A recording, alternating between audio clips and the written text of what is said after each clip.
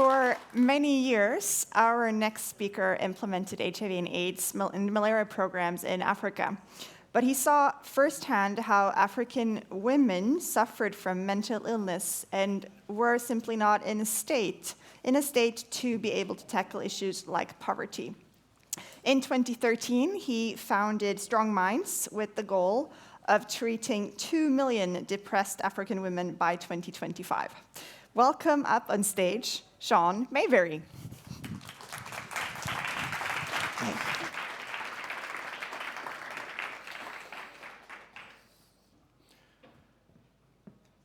This is Nakafiro Sarah.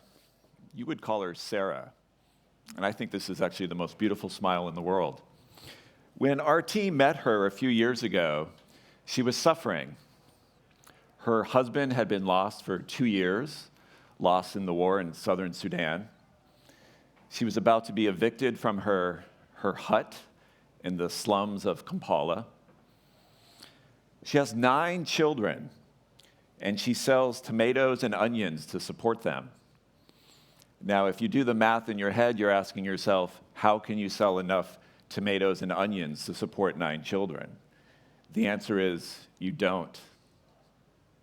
Sarah was suffering. She was in a severe state of depression. We invited her to join one of our talk therapy groups, and the change in her life was rapid. The groups helped Sarah to identify her triggers of depression and to come up with strategies to negate them so that she could get better. The group members helped Sarah to negotiate with her landlord so that she wasn't evicted. The group also helped Sarah to find actually a long-lost relative who was able to loan her some funds so that she could build a bigger and better business and get more profitable. By the end of the 12 weeks, Sarah was much better.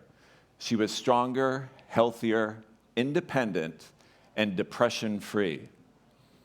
She also wanted to give back. She wanted to help other depressed women like she once was.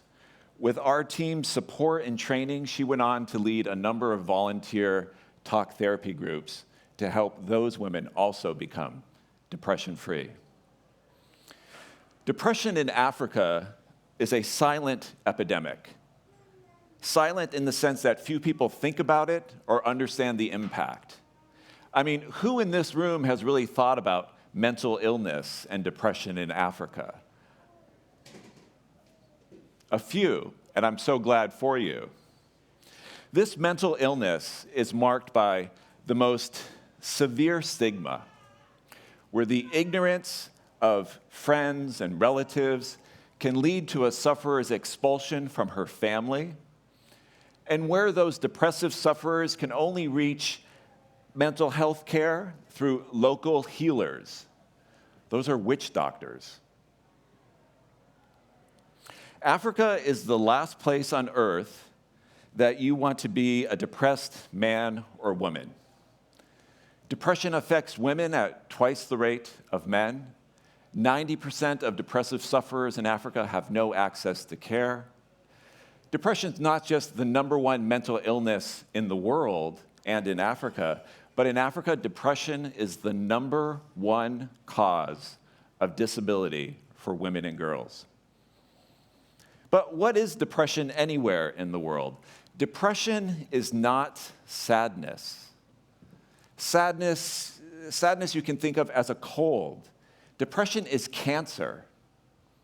Depressive sufferers experience debilitating symptoms: fatigue, lack of concentration, reduced appetite, inability to complete tasks. The science magazine Nature gave an incredibly succinct description when they said, depression is the biggest blight on human society, bar none. In Uganda and many African nations, the rates of depression among women are 25%. That's 1 in 4. That's 3 times the rate of depression that you'll see here in Europe or in the US. Depression hurts an African woman much more seriously than it does her counterpart. There's 66 million African women suffering from depression. When an African mom is healthy, she struggles to lead her family. But when she's depressed, leading her family becomes almost impossible. As I mentioned, she has no access to care. There are no social services. There's no depression hotline. The clinics, the hospitals have no ability to screen or to treat these women with depression. If you're a depressed mom or adolescent in Africa, you simply experience each devastating episode over and over. Quite honestly, I can think of no more difficult existence in life than that. Children of depressed moms have poorer physical health. They're more likely to suffer from things like fever, diarrhea, malnourishment. They'll attend school less frequently than their peers.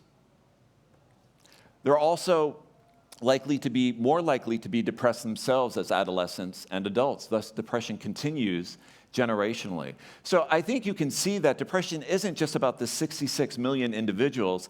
It's also about the hundreds of millions of family members who also suffer. Now, the world ignores depression in Africa. That's just the reality. African governments, international development aid agencies, they don't fund it. Of total health funding that went to Africa over the last 10 years, less than 1% was for mental health. Now, I was going to put that up in a pie chart for you, but you can't see 1%. There's a number of reasons why the African governments and development aid agencies ignore depression. One, when they do think about it, they think it's too complicated to solve. They think it'll take billions of dollars to train psychiatrists and to build hospitals and to provide medications. But then there's also the mental health stigma reality. They're uncomfortable thinking about mental illness. They're uncomfortable thinking about depression. So depression goes ignored. For most of the world, in Africa and in other countries, depression is at the bottom of the list. But I am here today to tell you depression should not be at the bottom of the list. It needs to be at the top of the list. Anywhere you're working with vulnerable populations to change their behavior, you're running into depression. Depression among vulnerable populations, the poor in Africa, HIV/AIDS afflicted in Mumbai, homeless in San Francisco. They have high rates of depression. And you can't change their behavior. Depression is a cognitive impairment. It's as if they can't hear you. But once you return these individuals, these vulnerable people, to mental health, making them depression-free, they're able to respond to your calls to action, to learn new livelihoods, to plant new crops, to immunize their children. So the world continues to try to change these behaviors, but they're wasting their time, they're wasting their efforts. I think back to some of my time in the Congo, where I worked for years distributing mosquito nets. We always had about 20% of the population who would not respond to our efforts. And we were in some neighborhoods, some villages, where we had 100% saturation. But 25% of the moms would not respond. They would not sleep under the mosquito nets. We had no idea why. We changed our radio campaigns. We changed our interpersonal communication outreaches, and still 25% of those individuals would not go under the net. Now, in hindsight, I know exactly what was happening. Those were the individuals who were depressed. They couldn't hear us, but we didn't know that. So we kept changing everything, yelling at them louder in a language they couldn't understand or hear, because depression is an impenetrable barrier. We wasted our time, we wasted our efforts. And today in Africa, that continues to happen. Development efforts ignore mental illness, they ignore depression, and they try to change the behavior of 25% of the population, and it doesn't work. They're wasting their time, and they're wasting their efforts. So if I leave you with just one idea today, it's when you're working with vulnerable populations today or in the future in your careers, think about how addressing depression will make you more impactful. We clearly need a radical solution to this radical problem of depression in Africa. But let me shift gears a little bit, tell you a little bit about myself and why my life is dedicated to ending the depression epidemic in Africa. You know, I'll be very honest with you. I grew up in a poor family in the US. Both my mom and dad were severely depressed. It is very difficult to be a child with depressed parents. You're ignored, you're not cared for, you're pretty much raising yourself. It's very difficult. Now today, as an adult, as a father, as a husband, I have depression in my home. The people I love most are depressed. So I've never been depressed myself, thankfully, but I've had a front row seat to depression since the day I was born. I understand the pain and the devastation that this mental illness does to you. It's incredibly difficult. Now, I took a less than traditional route to starting StrongMinds. I was originally a diplomat for the American government, working in East Africa, in Kenya, and Somalia. Then I naturally transitioned to making microprocessors for Intel in the Philippines, in China, all very natural career progressions. And then I left making microprocessors and started doing development work in Africa, where I distributed 10 million mosquito nets in the Congo in the middle of the Congolese War. That was a lot of fun. And then I distributed 500 million condoms in Africa and Asia.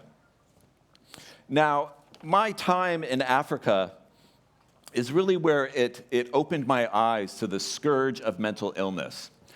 I saw how my African friends and neighbors and colleagues, employees, how they suffered with mental illnesses during my time there in Kenya, Somalia, and the Congo. I saw their devastation, I saw their pain, I saw the witch doctors they relied upon.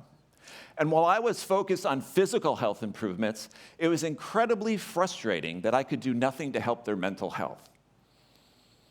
But I accepted that as a reality. I accepted that at least initially. And then one day, I was in Uganda. I was leading an NGO that did anti-poverty work. We were in rural Uganda celebrating with a family who had completed our program. They were in much better situation, their future looked great, and so we were having a one-day celebration at their little kind of farm. It was a beautiful day, unlike today. The sun was shining, the birds were singing. We spent a great day with this Ugandan family. I was there with my Ugandan colleagues, and at the end of the day, as we were leaving the farm, getting in the car, I noticed behind the hut, there was this young young man sitting under a tree alone. He had somehow been kept separate from the celebrations all day. I think the family had done a good job of keeping the hut between me and him all day, and I had never seen him. And so as I noticed him, I asked the family, well, who's over there? Who is that? Why didn't I meet him today?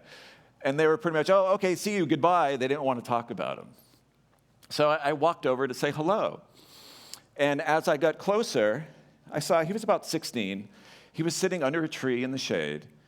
He was only wearing like a wraparound cloth. And he was just mindlessly digging in the dirt with one of his hands. And as I sat down next to him, I realized he was sitting in a puddle of his own urine. And he couldn't speak. It was heart-wrenching. The family finally came over. I said, what's going on here? They explained that he had a mental illness. They said he was sick in the head. They couldn't remember the name of it. And medications that they had gotten from a long ago visit to Kampala to see a doctor had run out. This was that boy's life. So I just continued to sit with the boy. He couldn't speak. I was just trying to keep him company, give him some brotherhood. My Ugandan colleagues there were growing increasingly uncomfortable because I was sitting with that boy. I was breaking their social norms in that anyone with mental illness in Uganda should be ignored. So ultimately, I left that boy that day. I knew he was going to be condemned to that life the rest of his life. It reminded me of all my other African colleagues with mental illness who are also condemned to similarly difficult lives like that. But I knew nothing would change for individuals like that with mental illness in Africa unless someone did something to create better access to mental health care. So soon after, I created StrongMinds. In 2012, I came across a long-forgotten randomized control trial experiment results from 10 years earlier in 2002. It showed that there was a form of psychotherapy that was highly effective in treating depression in Africa. But that solution had sat on a shelf for 10 years as millions of more people suffered from depression. I saw in that randomized control trial, I saw in that solution the ability, the potential to begin to end depression in Africa. Ending depression, something that was so personally significant to me. So I convinced the researchers to join our effort and to help me to build StrongMinds so that we could begin to end the silent epidemic. Naturally then, I quit my job as the CEO of that Swiss NGO. I worked for 2 years in my attic in the US without any pay. I spent my family's savings. We practically went into bankruptcy, but we got StrongMinds going. Now, I'm a dad, I've got 4 kids. If you want to test relationships in your life, quit your job, earn nothing for 2 years, and see how that works for you. That's a tough thing. If I wasn't depressed then, I'm never going to be depressed, but it was incredibly difficult.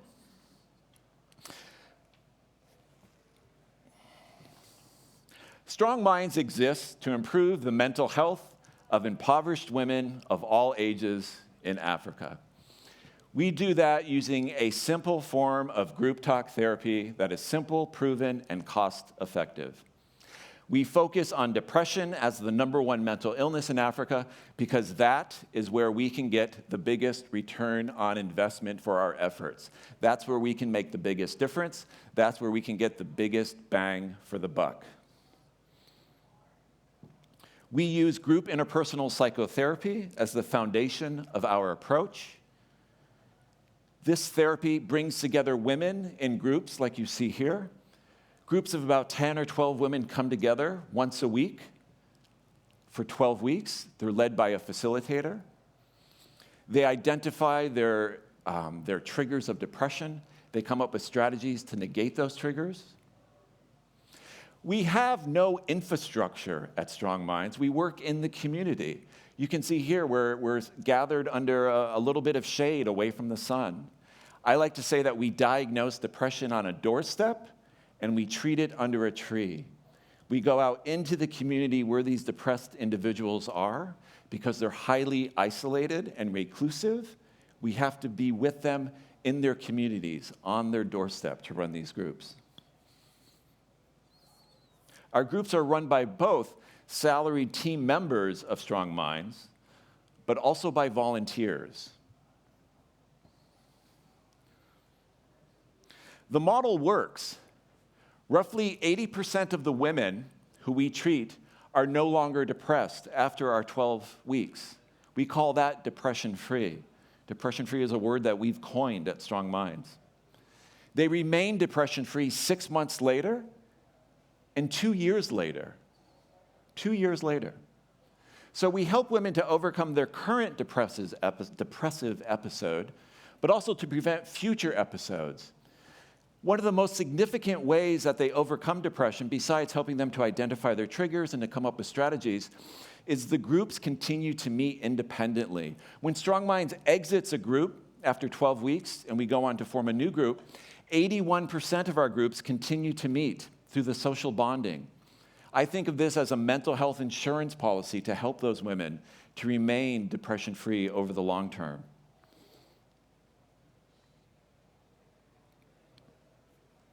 We work under the mantra that when you save an African woman from depression, you save the entire family. We have that evidence. We know that when an African mom is no longer depressed, she goes back to work, her income increases, her kids go back to school, the entire family becomes physically healthier. They all thrive.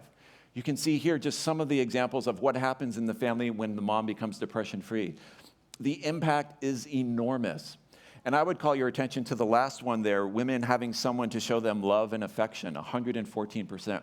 I mentioned earlier that when a woman suffers from depression, she experiences severe isolation. She's been thrown out of her family, her relationships have ended. One of the secrets of our success is the social bonding that happens in our groups. We're bringing together 12 women in a group who have been severely isolated. We're giving them the opportunity to reform bonds, to make new friends, to find people that can support one another.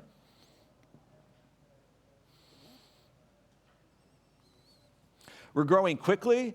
In 2014, when we started, we treated all of 514 patients. I feel like I know each one of those patients. Now, through 2018, actually through today, with women currently in our groups, we've treated about 50,000 women. 50,000. It costs us about $122 to treat a woman. That's from beginning to end. $120 will buy you about, well, at least in the US where our healthcare is really messed up, it'll buy you about 20 minutes of psychotherapy services. We've raised $8 million in support. That's just a drop in the total need. We are the only organization working in Africa to scale a solution to depression.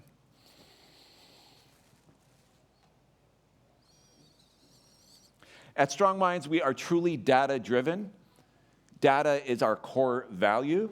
We collect it obsessively, we learn from it, and we get better. This is just one example of how we're tracking depression along our diagnostic tool. We use the same diagnostic tools in Uganda in our slums as are used in Europe and the US. We measure each one of our patients 5 times from beginning to end. That's almost an unheard of in a mental health office, say, in the US or in Europe, in terms of that obsessive ongoing measurement so that we can track improvement. We collect data for our patients, not just on mental health, but their economic status, the status of their children, attendance at school. Our data, our big data, allows us to get better. It's one of our core values.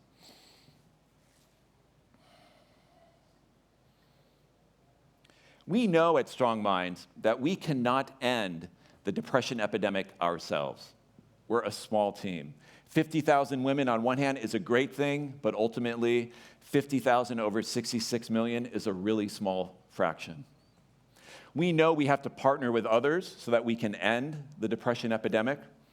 We're partnering with governments and international NGOs. We've just begun a partnership in Uganda with the Ministry of Education, not health, but education, where we're planning to work in schools to treat depression among adolescents. We're working with a number of large international NGOs, BRAC, Mercy Corps, Save the Children. And in Zambia, where we just expanded to, we have early discussions with their Ministry of Health, where they seem to be very interested in partnering with us. We know to end the depression epidemic in Africa, we have to partner with these large groups who are already reaching hundreds of thousands and millions of people to be efficient. Let me finish today by giving you another story of someone who is my friend and my inspiration. This is Goretti. We met Goretti in 2014, and she was severely depressed. When we found her, she was living under a bush wearing rags, all by herself. Her husband had left her, her business had collapsed, she wasn't able to take care of her 3 children. She was so depressed and so isolated and so unable to function, she had started to forget to feed her 3 kids. Her mom had to come in and take the kids away. She was entirely isolated. So we diagnosed her, we invited her into one of our talk therapy groups. She was incredibly skeptical that a group could solve her life problems, but it made a big change for her. The group members bonded with her, helped her to overcome her triggers, develop strategies, and bit by bit over 12 weeks, she was able to negate the triggers of depression and to feel better at the end. So after 12 weeks, Goretti became depression-free. But that was really just the beginning. She joined StrongMinds as one of our team members, and over the last 3 years, working for us and leading talk therapy groups, Goretti has treated and helped to become depression-free over 1,000 women in Uganda. She just really inspires me. So Goretti, Sarah, who I mentioned at the beginning, those are just a few, and here you see more, a few of the 50,000 women that we've helped to become depression-free. I think each one of these women are the most beautiful women I've seen in my life. But we know there's still 66 million women that we have to reach. We know we can't do it alone. We believe in our model, and we know that we have to partner with others so that we can end the depression epidemic. My name is Sean Mayberry, and my team builds StrongMinds. Thank you so much.